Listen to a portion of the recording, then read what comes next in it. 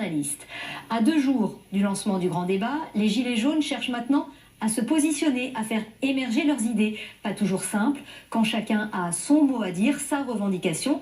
Des réunions étaient organisées aujourd'hui dans le but de se coordonner. Melchior Insi et nos correspondants en région. S'organiser pour peser.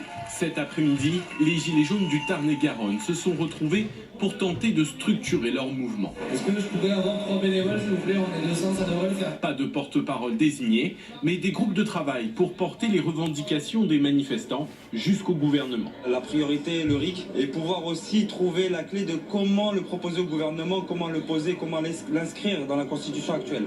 D'autres sont plus pessimistes et ne croient pas au grand débat dont Emmanuel Macron doit présenter les contours demain dans une lettre aux Français.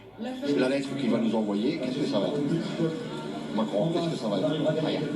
Plus de 200 personnes se sont retrouvées sur ce parking pour s'exprimer, pour voter, surtout, y compris sur la présence de notre caméra. Explication de la présence primordiale des médias parmi nous, peuvent être écartés si la majorité est contre. Un vote à main levée sur la présence des journalistes également à Cabestany, où nous n'avons pu tourner que quelques images cet après-midi.